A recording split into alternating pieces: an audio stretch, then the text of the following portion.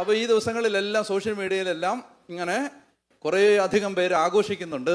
ഇതാ കത്തോലിക്ക സഭ ഒടുവിൽ തെറ്റ് സമ്മതിച്ചിരിക്കുന്നു. ഒന്നാമത്തെ കാര്യം, ഇവിടെ സഭ എന്താ കാര്യം എന്താ കാര്യമെന്ന് അറിയാത്തവർക്ക് വേണ്ടി പറഞ്ഞേക്കാം. 2025 നവംബർ മാസം 4-ാം തീയതി വിശ്വാസ തിരുസംഘം ഒരു രേഖ, ഒരു മാർഗരേഖ പുറത്തിറക്കി. അതിൻ്റെ പേര് മാത്തർ പോപ്പുലി ഫിദലിസ് എന്നാണ്. എന്ന് പറഞ്ഞാൽ mother of the faithful people of God, വിശ്വാസികളുടെ അമ്മ. ഇതാണ് ആ രേഖയുടെ പേര്. ഒരു ഡോക്യുമെന്റ്, ഒരു പ്രബോധനം, ഒരു ഒരു ഒരു ഒരു എന്താണ് വിശ്വാസികൾ അറിഞ്ഞിരിക്കേണ്ട ഒരു ടീച്ചിങ് വിശ്വാസ തിരുസംഘം പുറത്തിറക്കി. എന്താണ് അതിന്റെ പേര്? വിശ്വാസികളുടെ അമ്മ. വിശ്വാസികളുടെ അമ്മ.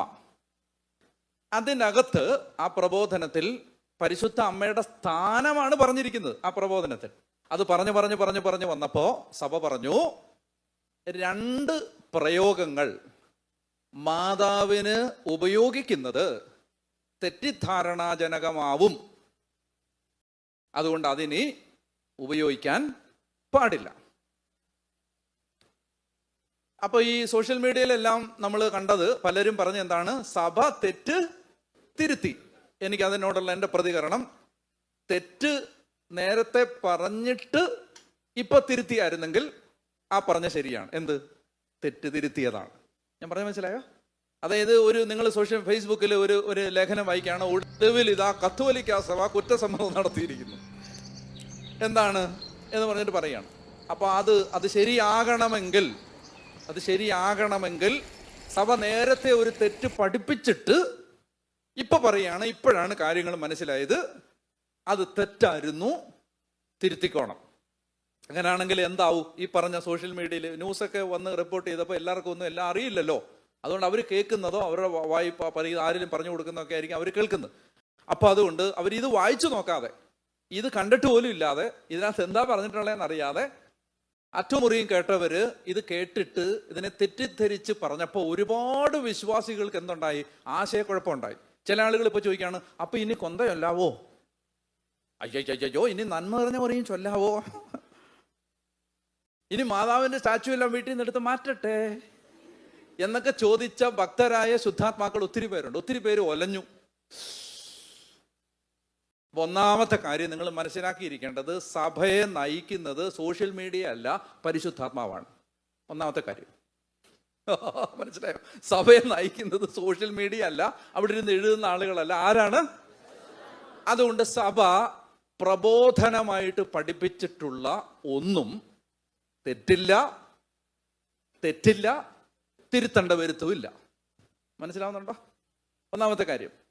അപ്പൊ ഇവിടെ നമ്മൾ മനസ്സിലാക്കേണ്ടത്, എന്തൊക്കെയാണ് ഉപയോഗിക്കരുതെന്ന് പറഞ്ഞത്. അത് പറഞ്ഞിട്ട് ഞാൻ പറയാം എന്തുകൊണ്ടാ പറഞ്ഞതെന്ന്. ഒന്നാമത്തേത് അപ്പോ മലയാളം അറിയാവുന്ന ഒരു കഴിഞ്ഞ ദിവസം പറഞ്ഞു തന്നു, സഹരക്ഷക എന്ന് പറയരുത്, സഹരക്ഷിക എന്ന് പറയണമെന്ന്. ഗ്രാമർ അത് അത് ഭാഷ അറിയാവുന്നവർ പറഞ്ഞാണ്. അതുകൊണ്ട് അത് നമ്മളിതൊന്നും പഠിച്ചിട്ടുള്ളവരല്ല, പഠിച്ചിട്ടുള്ളവർ പറഞ്ഞുകൊണ്ട് അത് സത്യമായിട്ട് എടുക്കുക. എന്താണ് അത് ഇനി നമ്മൾ ഉപയോഗിക്കുന്നില്ല, അതുകൊണ്ട് അത് ഓർത്തില്ലേലും കുഴപ്പമില്ല. ആ ടൈറ്റിൽ നമ്മൾ ഇനി സഭയിൽ ഉപയോഗിക്കുന്നില്ല. എന്ത്? സഹരക്ഷിക, കോ റിഡംട്രിക്സ് എന്ന് പറയുന്ന എന്ന് പറയുന്ന ആ വാക്ക് ഉപയോഗിക്കാൻ പാടില്ല. അത് ഉപയോഗിക്കാൻ പാടില്ല. 1.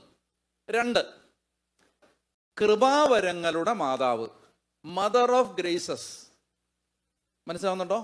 മീഡിയാട്രിക്സ് ഓഫ് ഗ്രേസസ്, കൃപകളുടെ മധ്യസ്ഥ എന്നും ഉപയോഗിക്കാൻ പാടില്ല. ഇത് രണ്ടും ഉപയോഗിക്കരുതെന്ന് പറഞ്ഞു. അപ്പൊ ചോദ്യം, ഇതാരാ ഉപയോഗിച്ചിരുന്നേ? സഭ ഔദ്യോഗികമായി ഈ ടൈറ്റിലുകൾ ഉപയോഗിക്കണമെന്ന് ഇതുവരെ പഠിപ്പിച്ചിട്ടില്ല.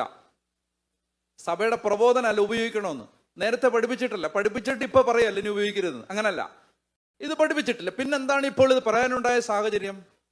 ഈ കഴിഞ്ഞ നൂറ്റാണ്ടിലും ഈ നൂറ്റാണ്ടിലുമായിട്ട് സഭയിൽ ഒരുപാട് മരിയൻ മൂവ്മെന്റുകൾ വന്നിട്ടുണ്ട്. മാതാവുമായി ബന്ധപ്പെട്ട ഒരുപാട് ആത്മീയ പ്രസ്ഥാനങ്ങൾ രൂപപ്പെട്ടപ്പോൾ അതിൽ കുറെ അധികം പ്രബോധനങ്ങൾ തെറ്റാണ് എന്ന് കേൾക്കുന്ന എല്ലാവർക്കും അറിയാം. ഉദാഹരണത്തിന് ചില മരിയൻ പ്രബോധനങ്ങൾ തെറ്റാണ്. ചില ആളുകൾ ഇങ്ങനെ പഠിപ്പിച്ചു, മാതാവ്, പിതാവ്, പുത്രൻ, പരിശുദ്ധാത്മാവ് പോലെ ഒരു ദൈവമാണ് എന്ന് പഠിപ്പിച്ച പ്രബോധനം ചില ആളുകൾ പഠിപ്പിച്ചു. അത് സഭ വിലക്കി. അങ്ങനെയില്ല.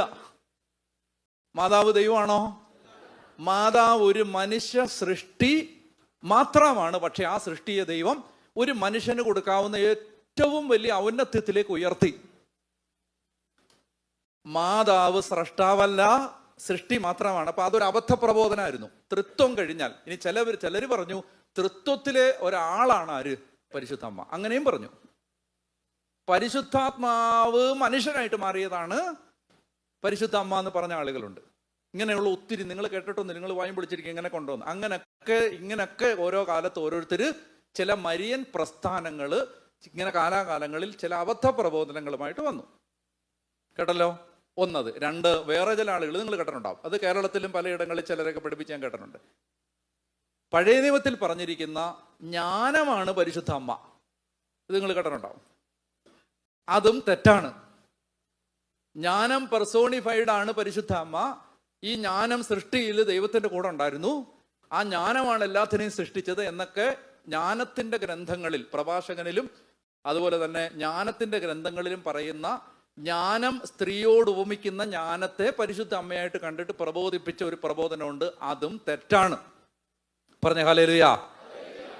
ഇങ്ങനെ വന്ന കൂട്ടത്തിൽ ഒരു കൂട്ടം ആളുകള്, ഒരുപാട് ആളുകൾ, ലക്ഷക്കണക്കിന് ആളുകൾ ഒപ്പുശേഖരണം നടത്തി വത്തിക്കാനിൽ ഒരു അപേക്ഷ സമർപ്പിച്ചു. മാതാവിനെ സഹരക്ഷികയായി ഒരു വിശ്വാസ സത്യമായി പ്രഖ്യാപിക്കണം. ഈശോയുടെ രക്ഷയിൽ മുഴുവൻ സമയം സഹകരിച്ച് കൂടെ നിന്ന അമ്മ രക്ഷയിൽ സഹകരിച്ച ഒരാളാണ്. അതുകൊണ്ട് ഈ ടൈറ്റിലൂടെ കൊടുക്കണമെന്ന് പറഞ്ഞ് സഭയിൽ കൊടുത്ത ഒരു അപേക്ഷ നിങ്ങൾക്ക് മനസ്സിലാവുന്നുണ്ടോ? ആ അപേക്ഷയിന്മേൽ കാലാകാലങ്ങളായിട്ട് സഭ നടത്തിയ പഠനങ്ങളുടെ വെളിച്ചത്തിൽ ഇങ്ങനെ ഒരു ടൈറ്റിൽ മാതാവിന് കൊടുത്താൽ അത് തെറ്റിദ്ധാരണാജനകമാകും. എന്താ? ഈശോ നമ്മെ രക്ഷിച്ചതിന് തുല്യമായ അർത്ഥത്തിൽ മാതാവും രക്ഷയിൽ പങ്കാളിയാണ് എന്ന ധ്വനി വന്നാൽ യേശുവിന്റെ രക്ഷയുടെ അനന്യതയെ അത് കുറച്ചു കാണിക്കും. അതുകൊണ്ട് അത് ഉപയോഗിക്കാൻ പാടില്ല. ക്ലിയറായോ? വല്ല തെറ്റുമുണ്ടോ? വല്ല കുഴപ്പമുണ്ടോ? ഇല്ല. പ്രബോധനത്തിന് അവകാശമുള്ള അമ്മ തിരുസഭ തൻ്റെ മക്കളോട് പറയുകയാണ്, മക്കളെ, ആ ടൈറ്റില് നിങ്ങൾ ഒരുപാട് പേര് ഉപയോഗിക്കണമെന്ന് ആഗ്രഹിക്കുന്നുണ്ട്, അത് വേണ്ട. എന്തുകൊണ്ട് വേണ്ട? ഈശോയുടെ ഏക രക്ഷയുടെ മധ്യസ്ഥൻ എന്ന സ്ഥാനത്തെ സംശയ സൃഷ്ടിയോടെ കാണാൻ ഈ മാതാവും യേശുവും കൂടെ ചേർന്നാണ് ലോകം രക്ഷിച്ചത് എന്ന ധ്വനി വരും. അത് യേശുവിൻ്റെ രക്ഷയുടെ യുണീക്ക്നെസ്സിനെ, രക്ഷകൻ എന്ന യേശുവിൻ്റെ അനന്യതയെ ചോദ്യം ചെയ്യാൻ ചില ആളുകളെങ്കിലും ചിലപ്പോൾ തെറ്റിദ്ധരിക്കും. അതുകൊണ്ട് തെറ്റിദ്ധാരണാജനകമായി ഈ ടൈറ്റിൽ വേണ്ട. ക്ലിയറായോ?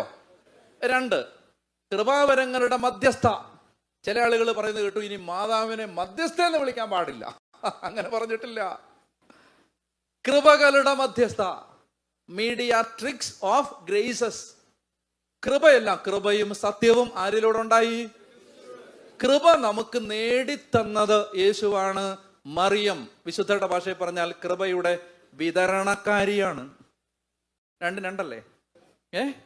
നമുക്ക് റേഷൻ കടയിൽ അരി തന്നത് ഭക്ഷ്യ വിഭവ വകുപ്പ്, അത് വിതരണം ചെയ്തത് റേഷൻ കടക്കാര്. രണ്ടും രണ്ടല്ലേ? ഒരാള് ഡിസ്ട്രിബ്യൂട്ടർ ആണ്, ഒരാള് തന്ന ആളാണ്. വ്യത്യാസമല്ലേ? അപ്പൊ അതുകൊണ്ട് കൃപകളുടെ മധ്യസ്ഥ എന്ന് പറയുമ്പോ നമുക്ക് കൃപ നേടിത്തന്നത് പരിശുദ്ധ അമ്മയാണ്. നമുക്ക് വേണ്ടി കുരിശിൽ മരിച്ച് കൃപ നേടിത്തന്ന യേശുവിന്റെ സ്ഥാനത്തെ അത് ചോദ്യം ചെയ്യാൻ ചില ആളുകൾക്കെങ്കിലും സംശയം ഉണ്ടാവും എന്നുള്ളത് കൊണ്ട് അത് ഉപയോഗിക്കണ്ട. ക്ലിയറായോ? അല്ലാതെ ചില സോഷ്യൽ മീഡിയ പോസ്റ്റുകളിൽ കണ്ട പോലെ മധ്യസ്ഥാൻ ഇനി പറയാൻ പാടില്ല, അങ്ങനെ സഭ പറഞ്ഞിട്ടില്ല. ഉണ്ടോ? ഇല്ല. നിങ്ങൾ എപ്പോഴും മനസ്സിലാക്കിയിരിക്കണം, നമ്മളെ രക്ഷിച്ചത് യേശുവാണ്. അതിനകത്ത് വേറെ ആർക്കും ഒരു റോളുമില്ല. രക്ഷയിൽ സഹകരിച്ചവരുണ്ട്, പക്ഷെ രക്ഷയുടെ സമ്പൂർണ്ണ അവകാശം ആർക്കാണ്? യേശുവിനാണ്. പക്ഷെ ഈ രക്ഷ നമുക്ക് വിതരണം ചെയ്യുന്ന ഏറ്റവും നല്ല ഉത്തമമായ ഒരു ഏജൻസിയാണ് ആര്? പരിശുദ്ധ അമ്മ. ഈ രക്ഷ നമുക്ക്, ഈ കൃപ നമുക്ക് വാങ്ങിത്തരുന്ന, നിങ്ങൾക്ക് മനസ്സിലായി? രണ്ട് വ്യത്യാസം മനസ്സിലായോ? അതുകൊണ്ട് ഈ ടൈറ്റിലുകൾ ഉപയോഗിക്കരുതെന്നാണ് പറഞ്ഞത്. അല്ലാതെ പരിശുദ്ധ അമ്മയോട് ഇനി മേലാൽ നിങ്ങൾ മധ്യസ്ഥം പ്രാർത്ഥിക്കരുത് എന്ന് സഭ പറഞ്ഞിട്ടില്ല. അതുകൊണ്ട് ക്ലിയർ ആക്കിയിരിക്കുക. ആർക്കെങ്കിലും തെറ്റിദ്ധാരണ ഉണ്ടെങ്കിൽ ഇപ്പോൾ ഇവിടെ വെച്ച് അത് അവസാനിപ്പിച്ചോളുക. കത്തോലിക്ക തിരുസഭ ഒരിക്കൽ തെറ്റ് പഠിപ്പിച്ചിട്ട് ഇപ്പൊ അത് തിരുത്തിയതല്ല. ചിലയിടങ്ങളിൽ തെറ്റായ പ്രയോഗങ്ങൾ കണ്ടപ്പോ അത് ചെയ്യരുത് എന്ന് പറഞ്ഞതാണ്. ക്ലിയർ ആയോ? ഹലോ, അതായത് കത്തോലിക്ക തിരുസഭ ലോകത്ത് എന്തെല്ലാം കാര്യങ്ങൾ പഠിപ്പിച്ചപ്പോഴും ഉണ്ടാകാത്ത ഒരു മാധ്യമ ശ്രദ്ധ എന്തുകൊണ്ട് ഇതിനുണ്ടായെന്ന് ചോദിച്ചാൽ, സാത്താൻ അറിയാം ഒരു കലക്കം ഉണ്ടാക്കാൻ പറ്റിയ സാധനമാണ് ഇത്. കത്തോലിക്ക തിരുസഭ വേറെ എന്തെല്ലാം കാര്യങ്ങൾ പഠിപ്പിച്ചു, കേരളത്തിലെ ഒറ്റ മീഡിയ അത് റിപ്പോർട്ട് ചെയ്തില്ലല്ലോ. എന്താ റിപ്പോർട്ട് ചെയ്യാഞ്ഞേ? പിശാചിന് നല്ലപോലെ അറിയാം. എന്തറിയാം? കലക്കാൻ പറ്റിയ സാധനമാണ് ഇത്. ഇപ്പൊ ക്ലിയർ ആയോ എത്രയും പേർക്ക്? ഹലോ, ക്ലിയർ ആയോ? അപ്പോ പരിശുദ്ധ അമ്മയോട് പ്രാർത്ഥിക്കാവോ? പ്രാർത്ഥിക്കണം. മധ്യസ്ഥ അപേക്ഷിക്കാവോ? അപേക്ഷിക്കണം. മനസ്സിലായോ? പക്ഷേ നമുക്ക് രക്ഷ നേടിത്തന്ന ഏക മധ്യസ്ഥൻ ആരാണ്? യേശുവാണ്. നമുക്ക് രക്ഷ നേടിത്തുന്നത് പരിശുദ്ധ അമ്മയാണോ? അല്ല. മനസ്സിലായോ? പരിശുദ്ധ അമ്മ സഹരക്ഷിക ആണോ? അല്ല. ക്ലിയർ ആയോ? അതുകൊണ്ട് നിങ്ങൾക്ക് പരിശുദ്ധ അമ്മയോടുള്ള ഭക്തിയിൽ നിങ്ങൾക്ക് നിങ്ങളുടേതായ രീതിയിലുള്ള ധാരണകളും ബോധ്യങ്ങളൊക്കെ ഉണ്ടാവാം. പക്ഷെ എപ്പോഴും ഓർത്തിരിക്കണം, സഭ പറഞ്ഞു തരുന്നതാണ് നമുക്ക് അന്തിമമായ മാനദണ്ഡം. അതുകൊണ്ട് ഉപയോഗിക്കരുതെന്ന് പറഞ്ഞാൽ ഇനി മേലാൽ ഉപയോഗിക്കരുത്. ചില പ്രാർത്ഥനകളൊക്കെ ചിലർ ചൊല്ലുന്ന പ്രാർത്ഥനകളുണ്ടല്ലോ. എന്താ ഉദാഹരണത്തിന് എന്താണ്? സകല ജനപദങ്ങളുടെയും അല്ലേ? അപ്പൊ അതിനകത്തൊക്കെ ഇത് ഉപയോഗിക്കുന്നുണ്ടെങ്കിൽ ഇനി ഉപയോഗിക്കാൻ പാടില്ല. ഒരിക്കലും ഒരു തെറ്റ് പഠിപ്പിച്ചിട്ട് ഇപ്പൊ അത് തിരുത്തുകയല്ല. തെറ്റ് പലയിടങ്ങളിൽ കണ്ടപ്പോ ഇങ്ങനെയുള്ള പ്രയോഗങ്ങൾ പരിശുദ്ധ അമ്മയ്ക്ക് ഉപയോഗിച്ചാൽ അത് തെറ്റിദ്ധാരണ ഉണ്ടാക്കും എന്ന് സഭ ചൂണ്ടിക്കാണിക്കുകയാണ് ചെയ്തത്.